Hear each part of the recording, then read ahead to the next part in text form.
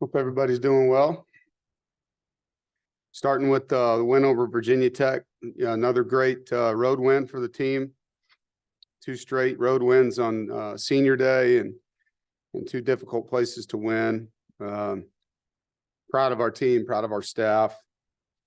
Virginia Tech has a really impressive game day atmosphere, and first time I've seen it with the crowd. Last time I was there was COVID, and it was definitely as advertised. Really good atmosphere. Our goal was to try to get the 65,632 people to be quiet, and we did that. And guys did a great job executing, and the demeanor that our kids played with was very aggressive. We were very efficient, and I was really proud of how we came out and played that first half. In particular, I thought offensively we were physical, protected Brennan well against a good defensive front. Had a lot of sacks going into the game. Only gave up 1. We had over 200 yards rushing until the last 3 plays where we were just milking out the clock. But we were very efficient and explosive. 13 explosive plays in the game. So that was the most we had all season. And in the first half, our defense was stellar, with the exception of the reverse that we gave up after the kickoff return. And that was disappointing. We had a blitz called that should have hit that in the backfield and just didn't execute. Offensively overall, to score 5 touchdowns, long, efficient drives, 5 of 5 in the red zone, or 4 of 4, in the red zone, 4 touchdowns, 0 turnovers on 80 plays is hard to do against a good defense. I thought our 2-minute drive right before the half to score to KC and then to open the third quarter with another touchdown drive, that 14-point swing in the game was really important. We were very efficient running the football. Just individually, I thought, KC obviously accounted for 3 touchdowns, and Brennan 2 running and 2 passing. And Brennan and KC Penix were explosive players in the game. I thought Keon and Bradley Rosner, Dakari Collins played really hard at receiver, front side and backside, straining for us in the run game, making plays and getting yards after the catch. Both tailbacks, Delbert Mims and Kendrick Raphael, ran hard, protected the quarterback and protected the football. And, I thought Jordan Poole and Isaiah Shirley made a significant difference in the run game. The offensive line battled and did a really nice job, like I said, playing against a good D-line. Areas we can improve, the 3 pre-snap penalties. 1 was a delay game, 2 false starts. Set us back. We had 1 drop. But it was a good football game for our offense. On defense, like I said, really good first half. The 1 interception in the second half by Bishop Fitzgerald was a great play. I thought we defended their tailback and quarterback run game very well. The couple of the quarterback runs were on 3rd and extra long QB draws where they didn't get first downs. The 1 reverse was the explosive. And I thought Savion and Peyton played exceptional. We dominated on 3rd down. I think we were over 85% effective on 3rd down. And it had the 1 4th down stop in the red zone, which is like a takeaway. Negatives, we had the 1 false start on defense, jumped off sides on a 4th and long, and it just gave up too many explosive plays. The 1 deep ball, which got him going, and then just got into kind of prevent with the 3-score lead there and kind of bled him out. But I know that was frustrating for Coach Gibson. Really not his style. But defense will be salty this week. They're excited to play, and I thought it was a good team win. Our special teams, I thought we did a nice job pressuring their punter. Disappointed, we didn't block a punt. We had 2 opportunities. We were right there, and Coach Goebel did a great job scheming those up. We need to finish those plays. We did give up a kickoff return to the 50, and that's not characteristic of us, and definitely something we need to fix and will. And now on to our rival UNC. Great rivalry game, oldest in the ACC. Always hard-fought, emotional, 1 possession, physical game. And it's senior day for us, and a great honor. You've heard me talk about this before, but as a head coach, something I take really personal. to be in that tunnel with them the last time for those guys that are true seniors with no eligibility left. And 11 guys fit that bill for us this year that are out of eligibility, walking out on the field with them one last time, letting them go out there and be with their parents, and excited. There'll be a handful of guys out there that still have the COVID year or 1 year left. I guess you'd say we're still in that, maybe 2 more years where guys have an extra year. So you'll see some guys that aren't seniors out there that, have to decide if they're going pro or coming back, those kind of things.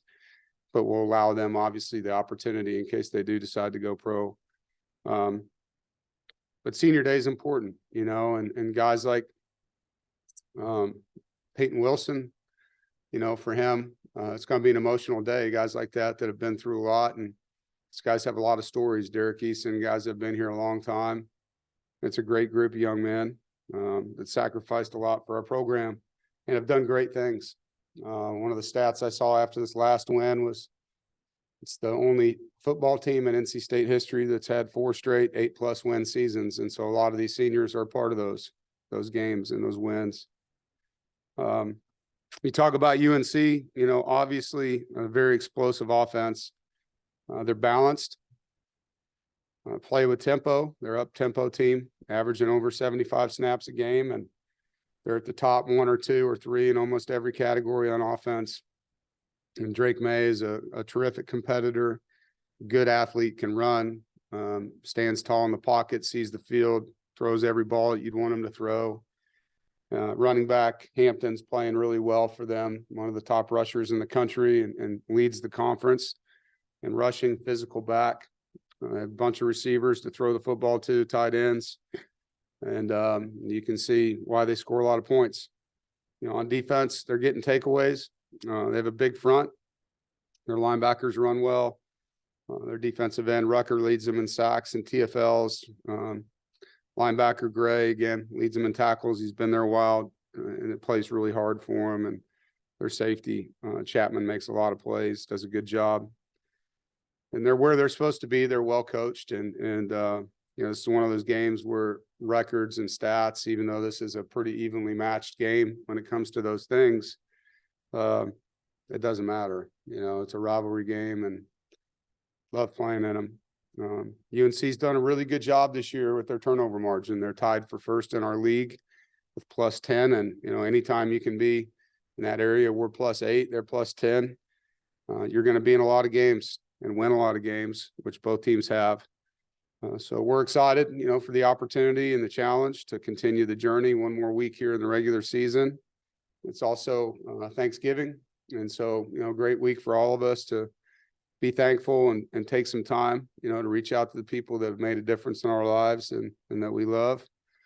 One last thing before I open it up, just, for our students and fans, I know it is Thanksgiving break, and hope you all have safe trips home if you're going home, or if your family's coming in, that they make it safely. But please make sure that doesn't deter you from being at the game Saturday night. We need our fans in the house, packing the Carter, wearing red, supporting this senior class that's worked really, really hard, and being a factor for us when our defense is on the field and their offense. Make it hard for them to hear. We need you to be students of the game that way in this one with your volume. When their offense is on the field and our defense is out there, you need to be our 12th man. And you've done that for us various times throughout this season. And I'm asking for that favor here in the last game at home of this season. So with that, I'll open it up for any questions. Corey. Dave, has there been any update at this point on Brennan Armstrong? I know he was seemed to be hurt after the last play of the game, and we were told he was getting treatment afterwards, but just any status on him at this point? Yeah, he's doing good. He was sore. He ran for over 100 yards, but he took every snap in the game. He was just sore and wanted to get him the treatment that he needed. But no, he's good. And like anybody that plays physical football, you're going to feel it sometimes after a game. We just wanted to make sure we did all the right things for him. And as a follow-up to that, can I ask a follow-up? Sorry. Go ahead, Corey. What is his physicality and his running style meant to this team over these last several weeks as well. Yeah, well, I don't know if I can put it in words. I think you want to play for a guy like that, man. He's got heart. He's tough. He creates plays when they're not there, and then the plays that we ask him to run, he runs them in a physical way. I think it definitely gets the guys blocking for him excited. They know that he's going to be straining really hard. It inspires them to do the same, and it sets just a standard of play, like how hard you should be playing this game. And he's having fun out there, man. And that's the thing that, I think is also contagious, is just how much he's enjoying playing the game. James? Yeah, Dave, you've talked about Coach Anai's ability to kind of call plays on top of plays before in the past. Just when you watch back this matchup against Virginia Tech, did you feel like that was really on display in this game? Yeah, Coach does a really nice job, not only in game, but looking at what he's called through the season and knowing how he might have set some things up off of some of the tendencies he has, and then in game seeing how they react on a certain play, knowing that, hey, this play is now set up. He's been doing it a while. He's got a good feel for it. And there's a Rolodex, like I've talked about, a deep Rolodex of plays that he'll just bring some plays out. And, a lot of them are very unique. And so it's pretty amazing to me how quickly he can get the guys to go out there and function as fast as they do with some of the stuff that, if you were on defense, you're like, I haven't seen that before, and with some of the shifts and motions, and I don't know what you call it, but it's definitely Roberts spinning the dial. That's what he does. And I thought he really called a good game at Virginia Tech. Thanks. Michael? Coach Mike Waddell for the North Carolina Sports Network. Could you speak to the culture of your program as you built it over this last decade, and how that resonates with the results that you're experiencing on the field, especially in the late part of the season? Yeah, I think, persistence, perseverance, resiliency, grit, all those characteristics early on were really, really deep and thick in this thing. And the guys that helped me build it early on, they hung in there through some tough things and grew up in those early recruiting classes. A lot of the guys now you're enjoying watching playing the NFL. They were a part of, their blood is in the bricks here, as you say, but helping me build it. And D'Antonio Burnett's been here the whole time. And I think that's just that hard, tough together identity that we embrace here. That's when you lean in, is when there's adversity. That's where you have to really look at who you are. And if you have something that you're really true to, and for us, it's perseverance. It's adversity, understanding, it's part of life, and looking forward to an opportunity to overcome, and knowing that failure is not permanent unless you make it that way. I embrace challenges, and I think that's one style of leadership that some people have. I embrace that, when I have something that somebody says is going to be hard, it kind of makes me want to do it more. And so I think everything starts with me, and if I'm going to showcase that kind of leadership, then my assistants are going to do the same, and my players are going to feed off of that.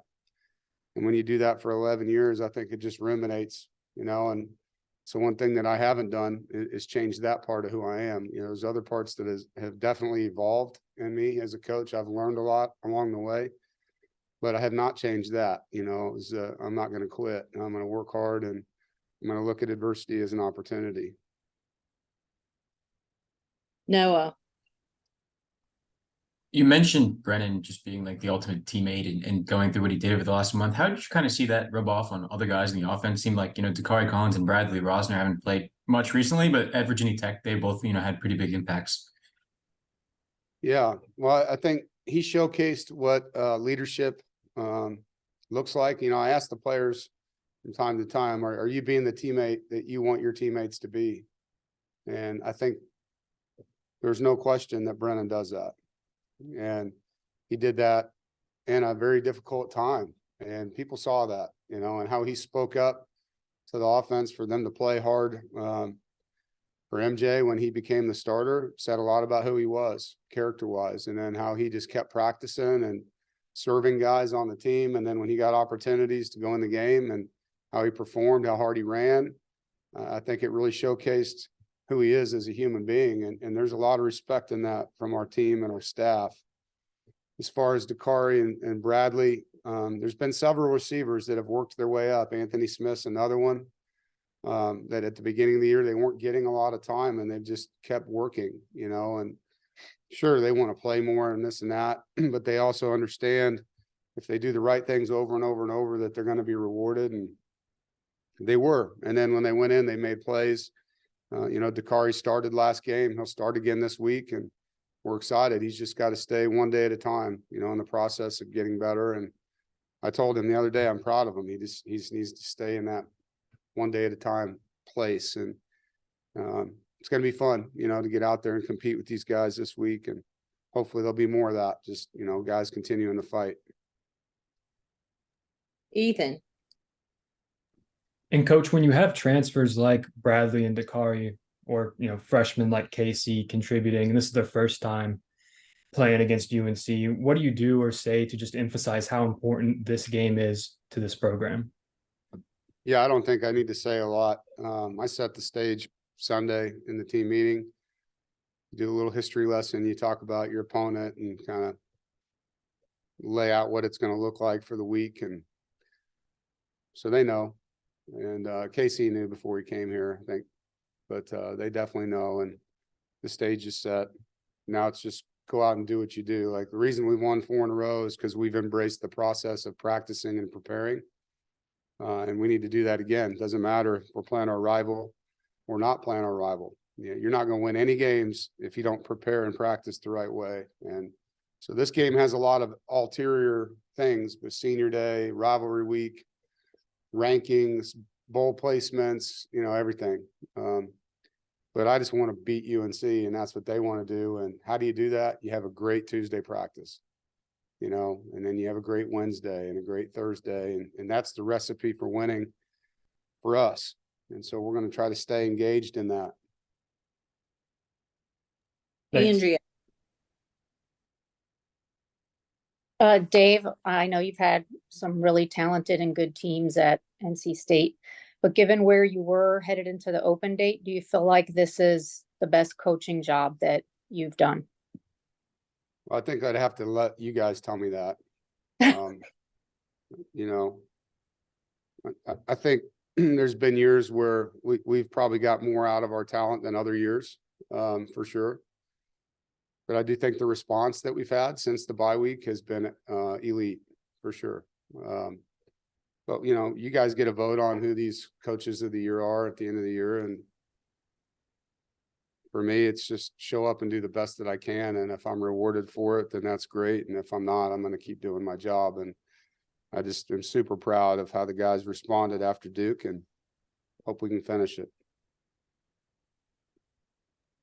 JC. You mentioned Coach Thunder earlier. Do you kind of look at it as a 3-part process with a high school recruit, that you recruit them, then they do the strength and conditioning program, and then they get coached up? And that recruit should be very smart about how much it can change from when they're 18 to when they're 22. Yeah, I mean, I think the developmental piece is one of the strengths of our football program. Thunder has a deep part of that. And the evaluation piece on what we look for and body types, what we look for in length, speed, athleticism, and then their intrinsic makeup. And there's measurables that go into that, and work ethic and live evaluations, lots of time spent getting to know young people and who they come from. And then, man, just doing all the right things, you know, the training with coach and how he does things down there and how he explains things. Our nutrition staff, Natalie Foston, does such a great job. Justin Smith, our sports med, and his staff do such a great job. So, like, there's all these different people. And then you have Coach Ruffin and myself and Freddie Autry-Lindsay, you know, teaching the culture of our program from the young guys up to the top.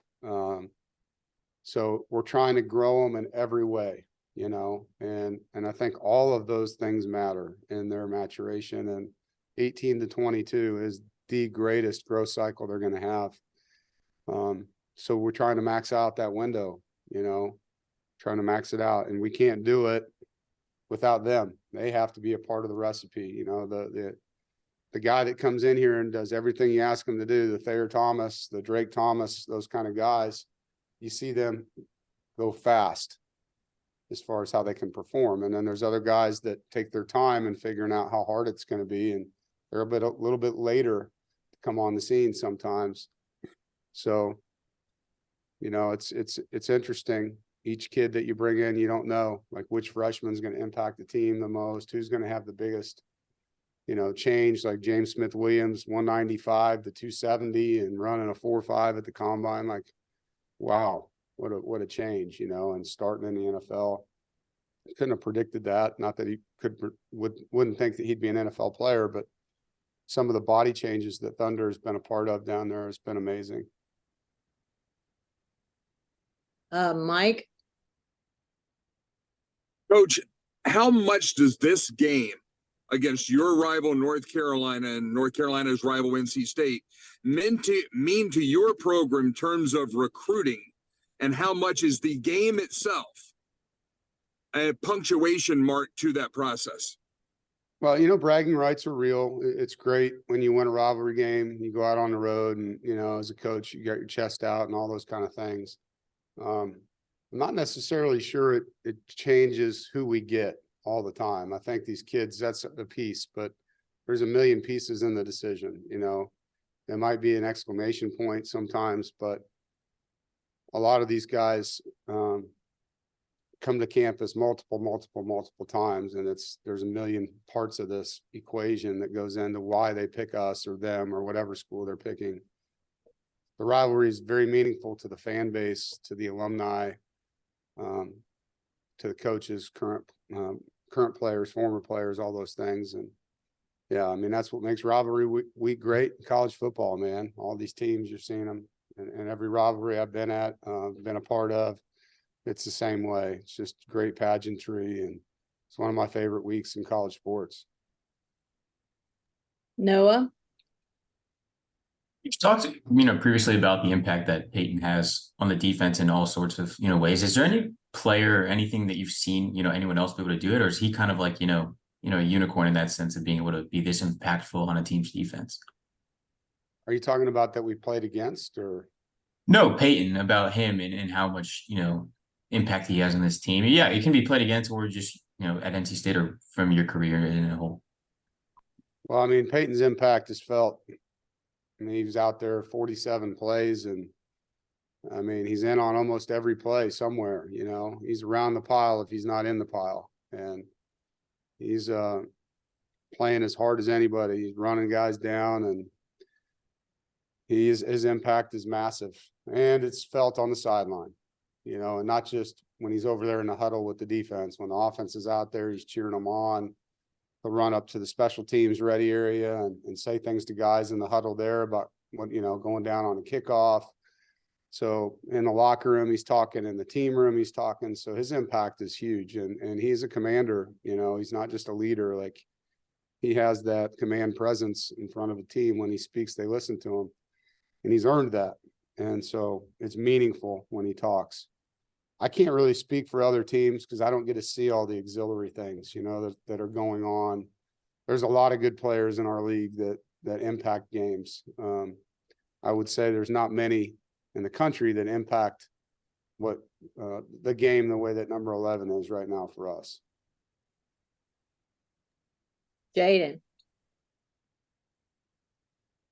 Yeah, Dave, does having players who were, highly recruited by Carolina and ended up coming to State, or, they flipped commitments or whatever, does that at all make this rivalry game more special at all? I'm sure it does. It's fanfare. It's message board talk. It's all that kind of stuff. When you put the ball down, it doesn't matter. It's 11 guys against 11 guys trying to impose their will, and two coaching staffs trying to outcoach each other. And none of that stuff means anything, but leading up to the game, it's Monday, and yeah, it must matter if we're getting asked questions about it, but will it matter at the scoreboard? Probably not. James, Dave, you mentioned discussing the history of this rivalry with your team. Has there been any common themes you can look back to over the years that have stood out for the winning teams kind of more often than not? That's a good question, man. There's been a lot of tight games, overtime games, last field goal kicks, crazy comebacks. You got to finish. I think that's the biggest thing. You got to finish. And it's not one of those games where you talk about playing 4 quarters and you talk about playing every second that they let you play the game, as long as it takes. And I know both teams are going to fight and fight hard. And that's why it's a fun game. I mean, this one's had a lot of crazy endings, crazy endings. So it's what makes them fun, man. I know both teams have talented players, good coaches, rabid fans, and it's going to be a great Saturday night. Rob, Yes, sir. With this season's matchup, there's some bowl leverage implications. The winner perhaps could get a more desirable bowl. Is that something you think about or discuss with your kids, or you just worry about the rivalry game itself? No, it's something we talk about. I mean, you always talk about what you're playing for, and then you go back to how do you get it, and implications at the end of the year. Destinations are real. I mean, those are real carrots that you hang out there. And, I don't know what we're being chosen between. A lot of it's out of our hands, because you don't know if one of our teams is going to the playoffs or not, and how that can shift the bowl order in our league. So all you can do is control your own destiny by winning, and that puts you in the best place you can go. And so that's what we're going to try to do. At this point, with 8 wins or 9 wins, both teams are going to have a good opportunity bowl wise. But you give yourself maybe the best chance by winning this one. all right, that looks like that's it for today. All right, guys, have a great week. Happy Thanksgiving. Thanks, everybody.